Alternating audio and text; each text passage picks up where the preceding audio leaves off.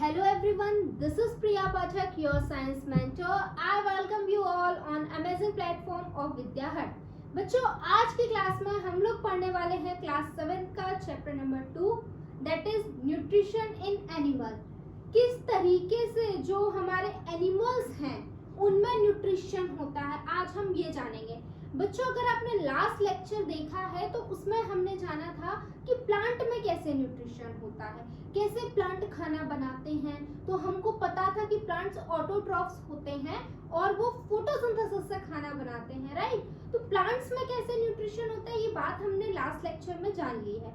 आज की क्लास में हम जानेंगे कि एनिमल्स में कैसे न्यूट्रिशन होता है, क्योंकि आपको पता है न्यूट्रिशन तो इम्पोर्टेंट है, हम सभी को चाहिए, क्योंकि हम सभी को एनर्जी चाहिए और एनर्जी चाहिए वो हमें कहाँ से मिलेगी, न्यूट्रिशन से मिलेगी, है ना। हम खाना खाएंगे, उस खाने में न्यूट्रिएंट्स होंगे, वो न्यूट्रिएंट हमको एनर्जी देंगे। तो ये जो एनर्जी हमको चाहिए वो मिलेगी कब, जब हम न्यूट्रिशन का प्रोसेस करेंगे, है ना। तो इसलिए हम आज की क्लास में जानने वाले हैं कि जो न्यूट्रिशन का प्रोसेस है वो कैसे होता है हमारे एनिमल्स में। हाँ, पूरा चैप्टर को हम आज के क्लास में कवर करने वाले हैं बच्चों। हर एक टॉपिक को हम डिटेल में पढ़ेंगे, आराम से पढ़ेंगे, कोई जल्दबाजी नहीं है, ठीक है। चैप्टर स्टार्ट करने से पहले थोड़ा सा हम जान लेते हैं कि इस चैप्टर में हमको पढ़ना क्या क्या है, क्या क्या टॉपिक्स हैं जो हमें देखने हैं, कितना हमको पढ़ना है, ठीक है। तो आइए बच्चों जानते हैं। सबसे पहले हम इस चैप्टर का इंट्रोडक्शन देखेंगे, जानेंगे कि क्यों पढ़ रहे हैं ये चैप्टर, इस चैप्टर की इंपॉर्टेंस क्या है, क्यों ये हमारी बुक में दिया गया है। उसके बाद बच्चों हम डाइजेशन जानेंगे कि डाइजेशन क्या होता है। आप लोगों ने बहुत सुना होगा ये वर्ड डाइजेशन, है ना। तो हम जानेंगे कि ये क्या होता है। उसके बाद different ways of taking food. अब खाना लेने के ना बच्चों अलग अलग ऑर्गेनिज्म के अलग अलग तरीके हैं। जरूरी नहीं है बच्चों जैसे हम खाना खाते हैं वैसे ही स्नेक खा रहा हो, वैसे ही टाइगर खा रहा हो, है ना। सबका तरीका अलग अलग होता है, फ्लावर्स का अलग होता है, तो वही हम जानेंगे। हेट्रोट्रॉफिक न्यूट्रिशन क्या होता है ये जानेंगे।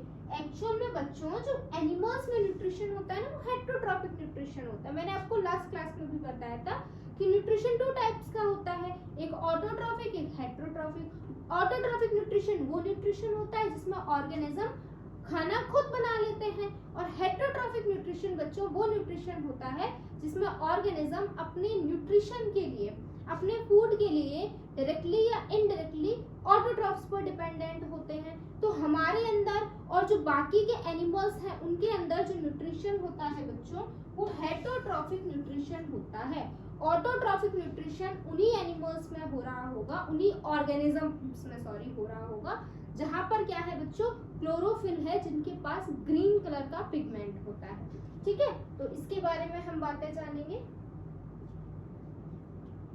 उसके बाद आगे देखते हैं बच्चों, फिर हम देखेंगे ह्यूमन बींग्स में डिटेल में देखेंगे कैसे होता है न्यूट्रिशन, कौन सा सिस्टम, कौन से ऑर्गन, क्या सब कुछ जानेंगे। देन टीथ के बारे में अलग से जानेंगे। टीथ का रोल हम देखेंगे कि न्यूट्रिशन में क्या होता है, लेकिन अलग से भी हम टीथ को थोड़ा सा पढ़ लेंगे, कितने टाइप्स के होते हैं, कौन कौन से होते हैं, ये सब जान लेंगे। फिर बच्चों हम न्यूट्रिशन इन अमीबा पढ़ेंगे। मैम अमीबा ही क्यों बेटा, अमीबा में इंटरेस्टिंग ये है, अमीबा एक सिंगल सेलुलर ऑर्गेनिज्म है, सिर्फ इसके पास एक सेल होता है और वही सिंगल सेल सब कुछ करता है। रेस्पिरेशन भी वही करता है, न्यूट्रिशन भी वही करता है, सर्कुलेशन भी वही करता है, एक्सक्रीशन भी वही करता है, इवन एक सिंगल सेल रिप्रोडक्शन भी इसी से होता है। और आपको जान के आप लोग सरप्राइज हो जाओगे, जिस तरीके से न्यूट्रिशन हमारी बॉडी में होता है उसी तरीके से अमीबा की बॉडी में होता है। लेकिन मैम हमारी बॉडी और अमीबा की बॉडी तो इतनी अलग है, हम एक इतने कॉम्प्लेक्स मल्टी सेलुलर ऑर्गेनिज्म है और अमीबा एक यूनिसेलुलर ऑर्गेनिज्म है, हम दोनों में सेम तरीके का न्यूट्रिशन हो रहा है। हाँ बच्चों, हमारे अंदर भी हेट्रोट्रॉफिक होता है, इनके अंदर भी हेट्रोट्रॉफिक होता है, और हेट्रोट्रॉफिक के टाइप्स होते हैं, तो उसके अंदर भी जो सब हमारा है ना वो भी बिल्कुल अमीबा जैसा ही होता है। एक्चुअल में जो हमारे अंदर न्यूट्रिशन होता है वो होलोजोइक हेट्रोट्रॉफिक न्यूट्रिशन होता है, और सेम अमीबा के अंदर भी वही होता है ना। आपको अभी मैं बताऊंगी कैसे होता है। चले चैप्टर को पढ़ना स्टार्ट करें, आपका बहुत ज्यादा टाइम नहीं लेंगे हम लोग और चैप्टर को पढ़ना स्टार्ट करेंगे। देखिए बच्चों क्या कह रहे हैं इंट्रोडक्शन में।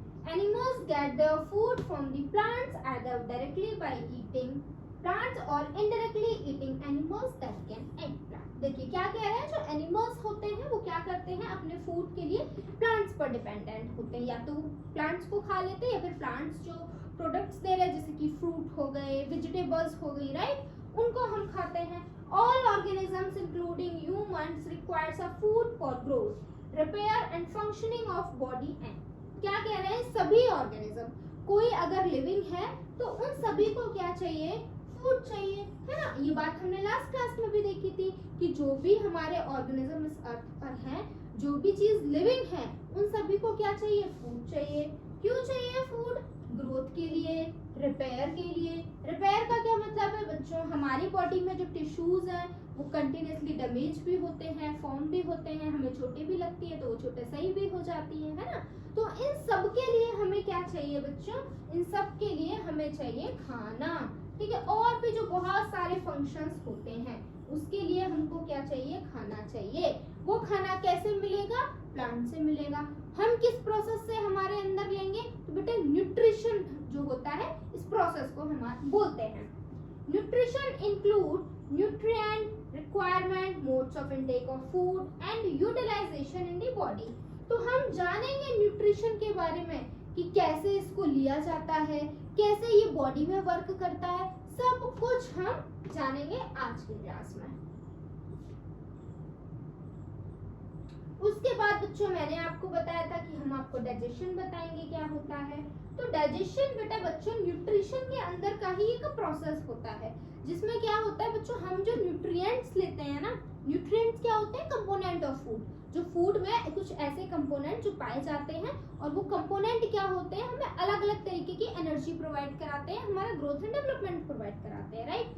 तो बच्चों क्या कह रहे हैं, ये जो न्यूट्रिएंट होते हैं ना हमारे फूड में, ये न्यूट्रिएंट जब हम इनिशियली फूड को लेते हैं ये बहुत लार्ज मॉलिक्यूल्स होते हैं और इन न्यूट्रिएंट को एज इट इज हमारी बॉडी में स्टोर करना पॉसिबल नहीं होता है। क्यों, क्योंकि वो बहुत ज्यादा बड़े होते हैं, है ना, तो हमारी बॉडी उनको डायरेक्टली स्टोर नहीं कर सकती। हमने राइस खाए, राइस में कार्बोहाइड्रेट न्यूट्रिएंट होगा, कार्बोहाइड्रेट हमको एनर्जी देगा, आपको पता है, राइट। तो उसके बाद बच्चों कह रहे हैं कार्बोहाइड्रेट एज इट इज हमारी बॉडी में स्टोर होकर नहीं रहेगा, हमारी बॉडी को इसको ब्रेक डाउन करना पड़ेगा इसके सिंपलर फॉर्म में। कार्बोहाइड्रेट का सिंपल फॉर्म शुगर्स बोल देते हैं ना, शुगर्स में हमको इसको ब्रेक डाउन करना होगा। तो ये जो प्रोसेस होता है ना बच्चों, जिसमें हम लार्ज मॉलिक्यूल को स्मॉल मॉलिक्यूल में ब्रेक डाउन कर रहे हैं, इसी प्रोसेस को हम डाइजेशन बुलाते हैं। और ये डाइजेशन हमारी बॉडी के अंदर होता है। मैम कैसे होता है बेटा, बॉडी के अंदर बहुत सारे एंजाइम्स होते हैं, बहुत सारी अलग अलग ग्लैंड्स होती हैं, अलग अलग ऑर्गन्स होते हैं जो अलग अलग जूसेस यानी कि केमिकल सब्सटेंस को सीक्रेट करते हैं और हमारे फूड में से न्यूट्रिएंट्स का डाइजेशन करा देते हैं, या आप बोल सकते हैं हमारे फूड का डाइजेशन करा देते हैं, ठीक है। तो देखिए यही आपका लिखा हुआ है, the breakdown of complex component of food into the simpler substance is called digestion, ठीक है। जो कॉम्प्लेक्स कंपोनेंट, कंपोनेंट का मतलब बच्चों न्यूट्रिएंट्स, ठीक है, न्यूट्रिएंट्स ही तो होते हैं कंपोनेंट ऑफ फूड। तो ये क्या कह रहे हैं, जो कॉम्प्लेक्स कंपोनेंट है उनका ब्रेकडाउन सिंपलर सब्सटेंस में, इसी प्रोसेस को हम क्या बुलाते हैं, डाइजेशन बुलाते हैं। जैसे कि खाने में जो कार्बोहाइड्रेट्स होता है वो शुगर्स में टूट जाता है ना। कौन तोड़ता है, मैंने अभी अभी आपको बताया, एंजाइम्स तोड़ती हैं, है ना। एंजाइम्स क्या होती है बच्चों, ये बायोलॉजिकल कैटलिस्ट होती हैं जो क्या करती हैं, हमारे फूड में से न्यूट्रिएंट्स को ब्रेक डाउन करा देती हैं, ठीक है। जैसे कि ये आपकी अमाइलेज हो गई, और उसी तरीके से प्रोटीन भी एक बहुत लार्ज मॉलिक्यूल है, हमारे फूड में तो प्रोटीन भी होगा, हम तो प्रोटीन भी ले रहे हैं, है ना, बॉडी बिल्डिंग फूड होता है। तो अब इस प्रोटीन को भी ब्रेक डाउन कराना है, तो बच्चों प्रोटीन को ब्रेक डाउन कराने के लिए हमारे पास पेप्सिन होती है, ट्रिप्सिन होती है, पेप्टाइडेज होती है। हम जानेंगे पेप्सिन कहाँ एक्ट करती है, ट्रिप्सिन कहाँ। अभी आप इतना नाम याद रखिए, ये तीनों जो एंजाइम्स होती हैं ये प्रोटीन को ब्रेक डाउन करती हैं, और प्रोटीन का सिंपल फॉर्म क्या होता है, अमाइनो एसिड। तो ये तीनों एंजाइम्स क्या करती हैं बच्चों, प्रोटीन को उसके सिंपलर फॉर्म में, दैट इज अमाइनो एसिड के फॉर्म में तोड़ देती हैं। उसके बाद सेम विद फैट्स, फैट्स को तोड़ने के लिए हमने कौन बुलाया है बच्चों, हमने लाइपेज बुलाई है। लाइपेज भी एक एंजाइम है, मैम बस यही फैट को तोड़ती है बच्चों, बाइल जूस और फैट को तोड़ता है, अभी आपको मैं बताऊंगी, ठीक है। बाइल जूस और फैट्स को तोड़ता है। बाइल जूस को जो हमारी बॉडी में एक ऑर्गन होता है ना, लिवर, वो सीक्रेट करता है, सिंपलर फॉर्म होता है बच्चों वो होता है फैटी एसिड्स। तो फैट्स को हम फैटी एसिड में तोड़ देते हैं। तो ये क्यों तोड़ रहा है? क्योंकि ये बहुत लार्ज मॉलिक्यूल है और इन मॉलिक्यूल्स को हमारी बॉडी स्टोर नहीं कर सकती, इसलिए हम उसको सिंपलर सब्सटेंस में कन्वर्ट कर रहे हैं। नेक्स्ट आइए बच्चों, different way of taking food. Food को लेने के भाई अलग अलग तरीके। देखिए क्या कह रहे हैं, the mode of taking food into the body is varies in different organism. कह रहे हैं फूड को लेने के जो तरीके होते हैं ना वो अलग अलग ऑर्गेनिज्म में अलग अलग होते हैं। जैसे कि बीज एंड हमिंग बर्ड्स शक the nectar of the plants. जो बीज हो गई, हमिंग बर्ड्स हो गई, ये क्या करती हैं बच्चों, प्लांट में एक जूसी और स्वीट सा सब्सटेंस पाया जाता है जिसे हम नेक्टर बोलते हैं, तो ये उसको शक करती हैं। वही अगर हम बात करें infants of humans and many other animals feed on mother milk. बेटा ह्यूमन बेबी ले लो या कोई और अदर एनिमल का बेबी ले लो, ये सब भी क्या करते हैं बच्चों, ये मदर का मिल्क को लेते हैं। उसके बाद क्या कह रहे हैं, snakes like python swallow the animals they prey upon। और स्नेक जैसे कि पाइथन एक स्नेक होता है ना, ये क्या करते हैं, ये उन एनिमल्स, ये अपने शिकार को खाते हैं। ठीक है। Some aquatic animals filter tiny food particles floating nearby and feed upon them। और जो aquatic animals है, वो एनिमल्स जो पानी में रह रहे हैं, वो कैसे खाते हैं, तो बेटा पानी में भी तो छोटे मोटे ऑर्गेनिजम्स होते हैं, तो बड़ा ऑर्गेनिज्म हर छोटे ऑर्गेनिज्म को खा जाता है। तो सबके अपने देखे अलग अलग ऑर्गेनिज्म के अलग अलग तरीके हैं। ठीक है, अब चलिए आगे चलते हैं।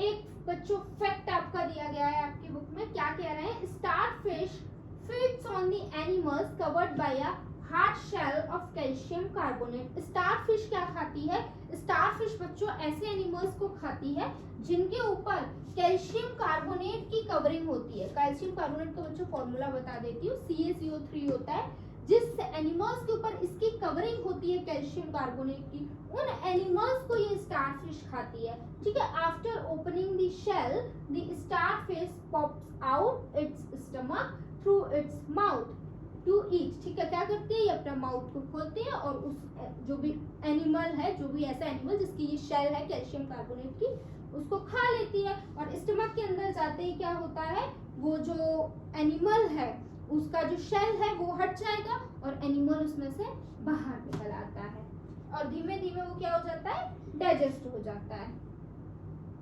Heterotrophic nutrition. बच्चों मैंने आपको बताया ना कि न्यूट्रिशन कितने टाइप्स का होता है, न्यूट्रिशन आपका 2 टाइप्स का होता है, ऑटोट्रॉफिक, हेट्रोट्रॉफिक। ऑटोट्रॉफिक न्यूट्रिशन वो न्यूट्रिशन होता है जिसमें क्या हो रहा है, ऑर्गेनिज्म क्या कर रहा है, अपना खाना खुद बना रहा है। और हेट्रोट्रॉफिक न्यूट्रिशन बच्चों वो न्यूट्रिशन होता है जिसमें ऑर्गेनिज्म डायरेक्टली या इनडायरेक्टली दूसरों के ऊपर डिपेंडेंट होता है।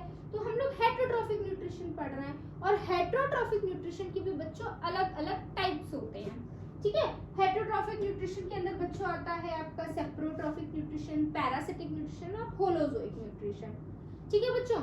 सेप्रोट्रॉफिक न्यूट्रिशन की अगर मैं बात करूं तो सेप्रोट्रॉफिक न्यूट्रिशन ऐसा न्यूट्रिशन होता है जिसमें ऑर्गेनिज्म गंदी संदी चीजों पर अटैक करते हैं, यानी कि डेड एंड डिकेइंग मटेरियल पर जो ऑर्गेनिज्म अटैक कर रहे हैं। खाना तो दूसरी की बॉडी से ले रहे हैं, लेकिन वो बॉडी कैसी है, डेड और डिकेइंग है, सड़ी गली मरी हुई चीजें जो होती है ना, उन पर ये ऑर्गेनिजम्स अटैक करते हैं। और ऐसे ऑर्गेनिज्म जो डेड एंड डिकेइंग चीजों को लेते हैं एज अ न्यूट्रिशन, उन ऑर्गेनिज्म को सेप्रोट्रॉफ्स बुलाते हैं। और इस न्यूट्रिशन को बच्चों हम लोग सेप्रोट्रॉफिक न्यूट्रिशन बुलाते हैं, वही पढ़ने वाले हैं। Kind of nutrition in which organism do not possess the ability to synthesize their own food। Heterotrophic nutrition वो न्यूट्रिशन होता है जिसमें ऑर्गेनिज्म के पास खुद खाना बनाने की एबिलिटी नहीं होती है। They depend on autotrophs for their food and supply directly or indirectly। इसके एग्जांपल में देखो एनिमल्स और फंजाई। आ जाइए। Saprotrophic nutrition organisms feeds on dead and decaying matter. Dead और डिकेइंग मैटर के ऊपर ऑर्गेनिजम्स क्या करते हैं, फीड करते हैं। इसके एग्जांपल में फंजाई। पर पता है बच्चों इसमें अलग चीज क्या है, हम लोग क्या करते हैं, हम लोग खाना लेते हैं, पहले इनटेक ऑफ फूड करते हैं, उसके बाद हमारे फूड का डाइजेशन होता है। मैंने आपको बताया ना, हम लोग खाना खाते हैं, हमारी बॉडी में एंजाइम्स होते हैं, केमिकल्स होते हैं, जूसेस निकलते हैं और वो खाने को डाइजेस्ट कर देते हैं, तब हमारे वो सिंपलर फॉर्म में कन्वर्ट होता है। इनके साथ कुछ उल्टा होता है। ये खाना आप अंदर लेने से पहले, माउथ में रखने से पहले, इनटेक करने से पहले ये खाने को डाइजेस्ट करते हैं सेप्रोट्रॉफ। मैम ऐसे कैसे करते हैं, बच्चों ये सेप्रोट्रॉफ्स जो होते हैं ना, ये अपनी बॉडी से पहले कुछ जूसेस को सीक्रेट करते हैं, राइट। कुछ जूसेस को सीक्रेट करते हैं, और वो जूसेस मतलब वो वाला जूस नहीं बच्चों, केमिकल्स, ठीक है। जूसेस को सीक्रेट करते हैं, और वो जूसेस क्या करते हैं, वो जो फूड है इनका डेड एंड डिकेइंग मटेरियल है, उसको बॉडी के बाहर ही डाइजेस्ट कर देते हैं, मतलब सिंपलर फॉर्म में कन्वर्ट कर देते हैं। उसके बाद ये क्या करते हैं, इनटेक करते हैं। तो जो सेप्रोट्रॉफ्स होते हैं बच्चों, इनकी बॉडी में पहले डाइजेशन होता है, फिर इंजेक्शन होता है। इंजेक्शन का मतलब होता है इनटेक ऑफ फूड मटेरियल। उसके बाद आ जाइए नेक्स्ट, हमको जो पढ़ना है वो पैरासिटिक न्यूट्रिशन पढ़ना है। ये लोग होते हैं एकदम दबंग लोग, मतलब जिनसे सबको डर लगता है, डर लगता है, हाँ। मतलब ये ऐसे कहते हैं कि हम तुम्हारे ऊपर रहेंगे, हम तुम्हारा खून भी पिएंगे, हम तुम्हारी बॉडी से न्यूट्रिएंट्स भी लेंगे, और हम तुमको मारेंगे भी नहीं। हम बिल्कुल ऐसे ही होते हैं। पैरासाइट्स एक ऐसे ऑर्गेनिजम्स होते हैं बच्चों जो हमारे ऊपर रहते हैं, हमारी बॉडी से ब्लड को शक करते हैं, हमारे बॉडी से न्यूट्रिएंट्स लेते हैं, अपना पूरा न्यूट्रिशन हमारे ब्लड में से ले रहे हैं, और हमको मारते भी नहीं है। इस तरीके के न्यूट्रिशन को हम लोग पैरासिटिक न्यूट्रिशन बुलाते हैं। और वो ऑर्गेनिज्म जो पैरासिटिक न्यूट्रिशन को परफॉर्म कर रहे हैं उन्हें पैरासाइट्स बुलाते हैं। और ये पैरासाइट्स बच्चों हमारी बॉडी के ऊपर भी रह सकते हैं, और हो सकता है हमारे बॉडी के अंदर। एक एग्जांपल लाइस जो हो जाते हैं ना हमारे सर में, वो पैरासिटिक न्यूट्रिशन का एग्जांपल है ना। हमारे सर पे रहते भी हैं, ब्लड भी लेते हैं, न्यूट्रिएंट्स भी लेते हैं, और हमें मारते भी नहीं है, ठीक है। और इसमें एक बात और, जिसके ऊपर रह रहे हैं ये पैरासाइट, जिस बॉडी के ऊपर रह रहे हैं उसको होस्ट बॉडी बुलाते हैं, या फिर होस्ट सेल बुलाते हैं। एग्जांपल देखो, और ये जो होस्ट है ना बच्चों, जरूरी नहीं है ह्यूमंस ही हो, ह्यूमंस भी हो सकते हैं। मतलब ये पैरासाइट्स ह्यूमंस के ऊपर भी रह सकते हैं, प्लांट्स के ऊपर भी रह सकते हैं, और अदर एनिमल्स के ऊपर भी रह सकते हैं। उसके बाद थर्ड तरीके का mode of nutrition that is holozoic, जो हमारी बॉडी में होता है, जो अमीबा की बॉडी में होता है। इसमें क्या होता है, पहले तो आपको याद रखना है, इस न्यूट्रिशन में 5 स्टेप्स इन्वॉल्व होते हैं। 5 स्टेप्स इन्वॉल्व होते हैं। कौन कौन से हैं वो 5 स्टेप्स अभी बताऊंगी। एक्चुअल में बच्चों इसमें होता क्या है, एनिमल्स जो हैं, एनिमल्स यानी ह्यूमन इज आल्सो एनिमल, ठीक है। तो एनिमल्स जो है वो सॉलिड फूड को लेते हैं, फिर उसको बॉडी के अंदर ब्रेक डाउन करते हैं, और ब्रेक डाउन करने के बाद बॉडी के सेल उसको एब्जॉर्ब करते हैं, है ना, फिर उसका यूज करते हैं। तो इस तरीके का जो न्यूट्रिशन होता है, जिसमें एनिमल्स क्या कर रहा है, सीधे सीधे सॉलिड फूड ले रहा है, और उसके बाद उसको बॉडी के अंदर क्या कर रहा है बच्चों, ब्रेक डाउन कर रहा है। तो ऐसे न्यूट्रिशन को हम लोग क्या बुलाते हैं, होलोजोइक न्यूट्रिशन बुलाते हैं। अभी और न्यूट्रिशन में ऐसा नहीं हो रहा था, पैरासिटिक में वो दूसरे की बॉडी के ऊपर रह रहा था, सेप्रोट्रॉफिक में वो डेड एंड डिकेइंग मटेरियल पर अटैक कर रहा था, पर हमारे साथ ऐसा कुछ भी नहीं होता है, ठीक है। अब मैम इसमें कौन से 5 स्टेप्स होते हैं, तो देखिए होलोजोइक न्यूट्रिशन को जो एनिमल्स परफॉर्म करते हैं उनके अंदर ये 5 स्टेप्स हो रहे होंगे न्यूट्रिशन के दौरान। फर्स्ट है आपका इंजेक्शन। इंजेक्शन का मतलब होता है इनटेक ऑफ फूड। सेकंड है डाइजेशन।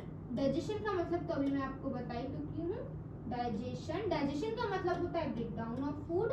थर्ड होता है बच्चों आपका एसिमिलेशन। फोर्थ होता है बच्चों आपका एब्जॉर्प्शन।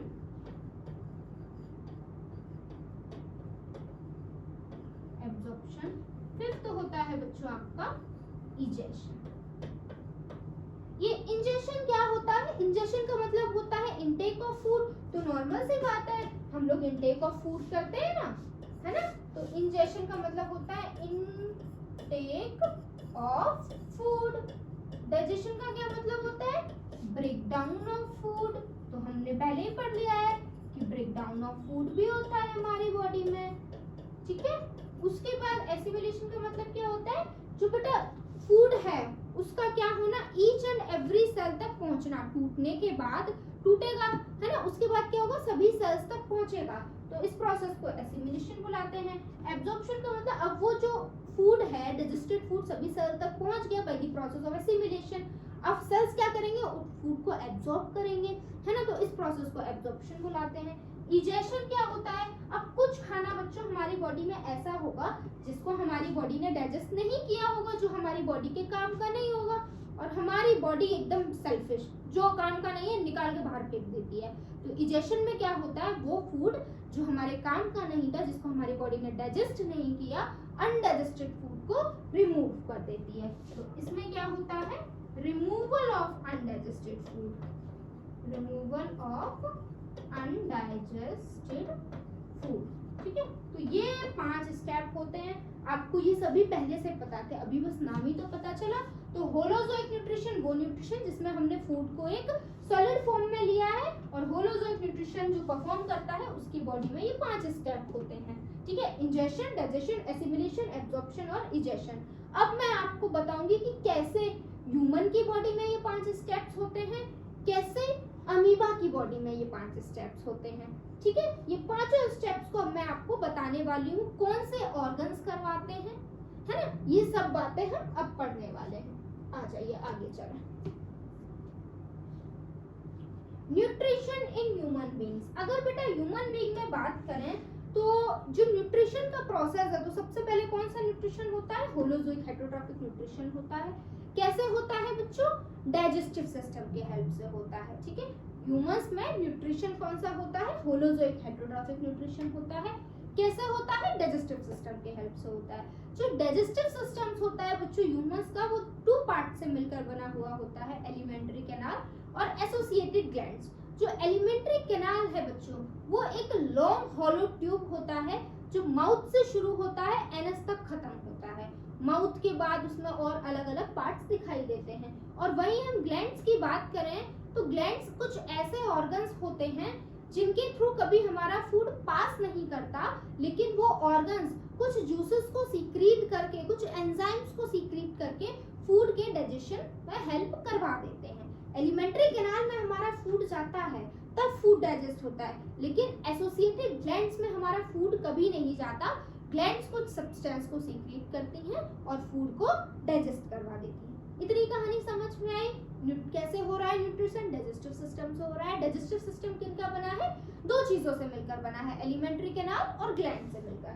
आइए, the alimentary canal is basically a long tube extended from the mouth to the anus. ये एक लॉन्ग ट्यूब है जो माउथ से शुरू होता है, एनस तक जाता है। माउथ के बाद बच्चों हमको देखने के लिए मिलता है फूड पाइप, जिसको हम लोग इसोफेगस भी बुलाते हैं बच्चों। उसके बाद बच्चों हमको देखने के लिए मिलता है स्टमक। उसके बाद बच्चों हम देखते हैं हमारी स्मॉल इंटेस्टाइन, एंड देन बच्चों लार्ज इंटेस्टाइन।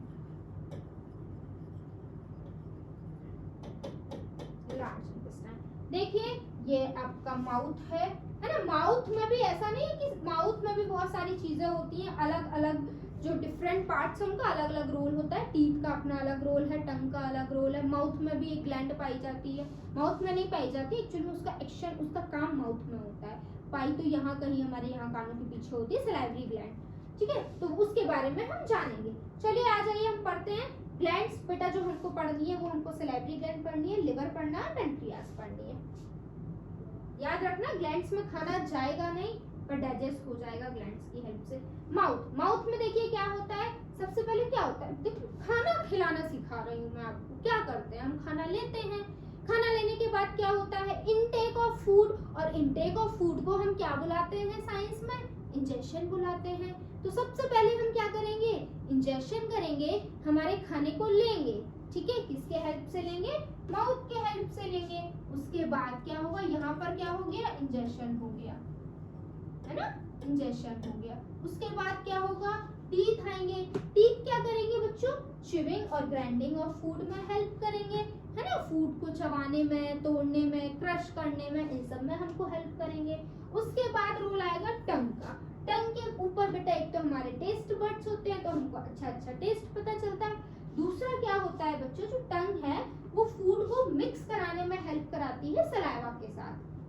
टंग के 2 रोल हैं, एक तो टेस्ट बड्स प्रेजेंट है, दूसरा क्या है बच्चों, टंग जो है फूड को सलाइवा के साथ मिक्स कराती है। सलाइवा क्या होता है बच्चों, एक वाटरी सब्सटेंस होता है जिसको एक हमारी जो मैंने ग्लैंड बताई ना, सलाइवरी ग्लैंड, वो सीक्रेट करती है। समझ में आया। माउथ में फूड इनटेक किया, इंजेक्शन हुआ, टीथ ने फूड को तोड़ा, टंग ने फूड को सलाइवा के साथ मिक्स करा दिया। सलाइवा कहाँ से आया? सलाइवरी ग्लैंड से आया। मैम क्यों आया सलाइवा? बेटा आपको पता है ना, फूड अब हमारी बॉडी में चला गया है, इंजेक्शन हो गया है, डाइजेशन होना है, तो सलाइवरी ग्लैंड क्या करती है? सलाइवा को सीक्रेट करती है बच्चों। ठीक है, उस सलाइवा में पाया जाता है बच्चों सलाइवरी अमाइलेज नाम का एंजाइम। और एंजाइम मैंने आपको बताया था क्या करवाते हैं? न्यूट्रिएंट को ब्रेक डाउन कर देते हैं। तो जो सलाइवरी अमाइलेज होती है बच्चों, वो हमारे कार्बोहाइड्रेट्स को शुगर में तोड़ देती है। ठीक है, ये इतनी कहानी हमारे माउथ में चल रही होती है ना? इतना समझ में आया? माउथ की कहानी मैंने आपको बता दी। अब बेटा टीथ का रोल न्यूट्रिशन में क्या होता है हमने वो जान लिया। अब लेकिन थोड़ी सी और बात कर लेते हैं हम टीथ की। Teeth break down the food को ब्रेक डाउन करते हैं। जो टीथ होते हैं बच्चों वो 4 टाइप्स के होते हैं, मोलर्स, प्रीमोलर्स, कैनाइन्स और इंसिजर्स। ठीक है, मोलर्स की अगर बात करें बच्चों तो हमारे पास 6 मोलर होते हैं, 4 प्रीमोलर्स होते हैं, 2 कैनाइन्स होते हैं और उसके बाद 4 इंसिजर्स होते हैं। ठीक है, ईच जॉ में।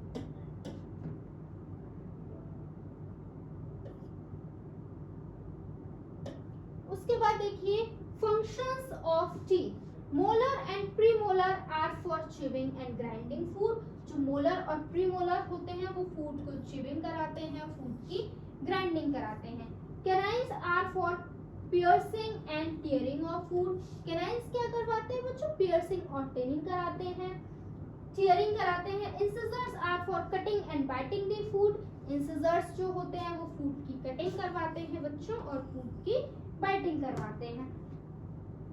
In total life span of human 2 sets of teeth grow, milk teeth and permanent teeth. पूरे आपके बेटा जो ह्यूमंस होते हैं उनकी लाइफ टाइम में 2 टाइप्स की जो टीथ है वो ग्रो करते हैं, एक मिल्क टीथ और एक परमानेंट टीथ। नाम में ही छुपा हुआ है मिल्क टीथ क्या होते हैं, परमानेंट टीथ क्या होते हैं। The first set of teeth grows during the infancy and they fall off at the age between the 6 to 8 years।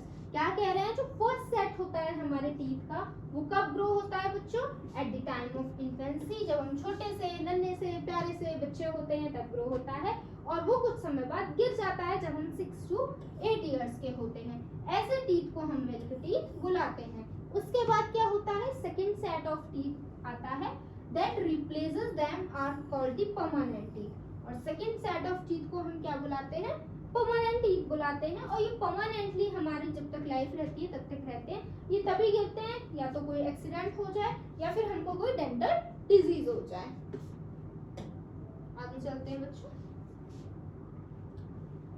ये वही बात है सलाइवरी ग्लैंड की जो मैंने आपको बताई, सलाइवा को सीक्रेट करती है। सलाइवा के अंदर सलाइवरी एमाइलेज होता है। सलाइवरी एमाइलेज कार्बोहाइड्रेट्स को शुगर में तोड़ देता है। ठीक है, अब माउथ का काम खत्म। सेकेंड पार्ट आ जाएगा एलिमेंट्री कैनाल का, दैट इज इसोफेगस, मतलब कि फूड पाइप। फूड पाइप क्या करता है बेटा? फूड पाइप एक ट्यूब होता है जो माउथ और स्टमक को कनेक्ट करता है। मतलब माउथ में जो खाना है ना वो फूड पाइप की हेल्प से स्टमक में जाता है। और हम क्या सोचते हैं कि माउथ से जो खाना जाता है ना एकदम सीधे सीधे चला जाता है। एक्चुअल में बच्चों ऐसा होता नहीं है।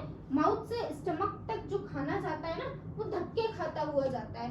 एक्चुअल में वो इस तरीके से जिगजैग मोशन को परफॉर्म करता हुआ जाता है। मैम क्यों? सीधा सीधा क्यों नहीं जाता?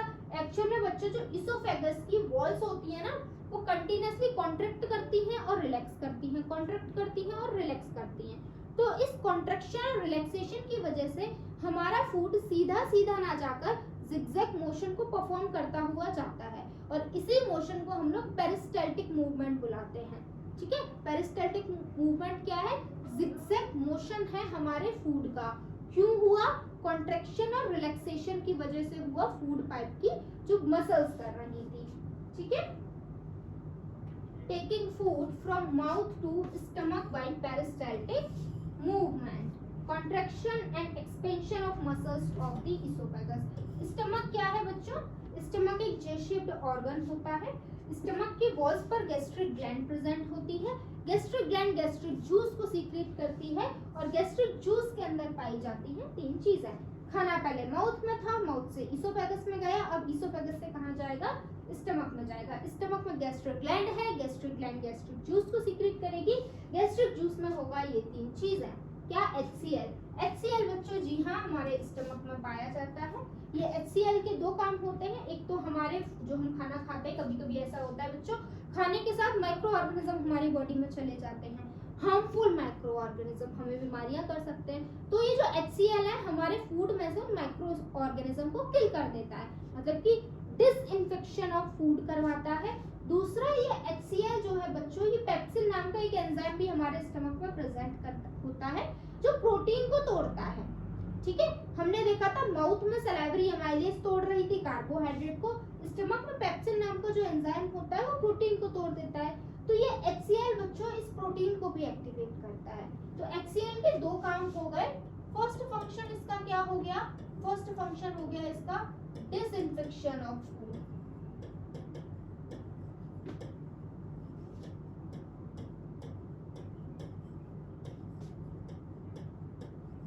और सेकंड फंक्शन बच्चों इसका क्या हो गया, एक्टिवेट पेप्सिन।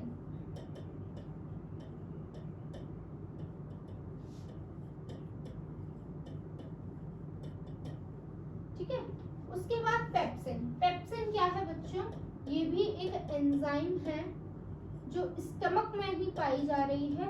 ये क्या करती है बच्चों, प्रोटीन को ब्रेक डाउन कर देती है, प्रोटीन को ब्रेक डाउन कर देती है। उसके बाद आ जाइए म्यूकस। म्यूकस क्या है, म्यूकस का क्या काम है बेटा, आपको पता है HCl एक स्ट्रॉन्ग एसिड होता है और इतना ज्यादा स्ट्रॉन्ग होता है कि हमारे स्टमक को हार्म पहुंचा सकता है। तो HCl के हमारे स्टमक को हार्म ना पहुंचाए इसलिए हमारे पास होता है म्यूकस। तो म्यूकस क्या करता है, हमारे स्टमक को HCl से प्रिवेंट करता है। ठीक है, prevent the stomach from the action of HCl, prevent the stomach from the action of HCl। ठीक है, स्टमक को HCl, तो ये 3 चीजें हो गई हमारे स्टमक में। ठीक है, स्टमक में खाने के साथ क्या हुआ, प्रोटीन टूट गया, माउथ में कार्बोहाइड्रेट टूट गया था, स्टमक में प्रोटीन टूट गया। ठीक है, डाइजेशन हो गया, होलोजोइक न्यूट्रिशन का सेकंड स्टेप हमने फॉलो कर लिया है, इंजेक्शन तो माउथ में ही हो गया था। अब उसके बाद क्या होगा बच्चों, अब हमारा खाना चला जाएगा स्मॉल इंटेस्टाइन में, है ना, स्टमक के बाद एलिमेंट्री कैनाल का जो पार्ट आता है वो स्मॉल इंटेस्टाइन आता है। बच्चों खाना स्मॉल इंटेस्टाइन में गया है, लेकिन स्मॉल इंटेस्टाइन अभी एक्ट नहीं करेगा। अब कौन करेंगी, ग्लैंड्स आ जाएंगी। अब ग्लैंड्स में तो खाना जाएगा नहीं, मगर ग्लैंड्स भी ब्रेकडाउन ऑफ फूड में हेल्प तो करवाएंगी ना। तो ग्लैंड्स क्या करेंगी, अब ये अपना सीक्रेशन करेंगी। तो सबसे पहले होता है बच्चों लिवर। लिवर क्या करेगा, जब खाना स्मॉल इंटेस्टाइन में पहुंच जाता है तब लिवर सीक्रेट करता है बाइल जूस। और ये बाइल जूस क्या करता है, ये बाइल जूस फैट्स को, बड़े बड़े फैट्स को, लार्ज फैट को क्या करता है बच्चों, स्मॉल फैट में तोड़ देता है, स्मॉल फैट्स में तोड़ देता है। और अब आगे चल के आप लोग जानोगे ये स्मॉल फैट्स फैटी एसिड में कन्वर्ट हो जाएंगे। लेकिन बाइल जूस इतना ही करता है, खाना पहुंच गया स्मॉल इंटेस्टाइन ने, लिवर ने बाइल जूस को सीक्रेट किया, बाइल जूस ने क्या किया, खाने में जो लार्ज फैट्स थे ना उसको क्या किया, स्मॉल फैट्स में तोड़ दिया। ठीक है, उसके बाद बच्चों क्या आएगी, उसके बाद पेनक्रियाज और एक और ग्लैंड होती है पेनक्रियाज। पेनक्रियाज क्या करेगी बच्चों, पेनक्रियाटिक जूस को सीक्रेट करेगी। उस जूस में भी अलग अलग एंजाइम्स होंगे और वो एंजाइम्स क्या करेंगे बच्चों, हमारे फूड में से बाकी और चीजों को ब्रेक डाउन करेंगे।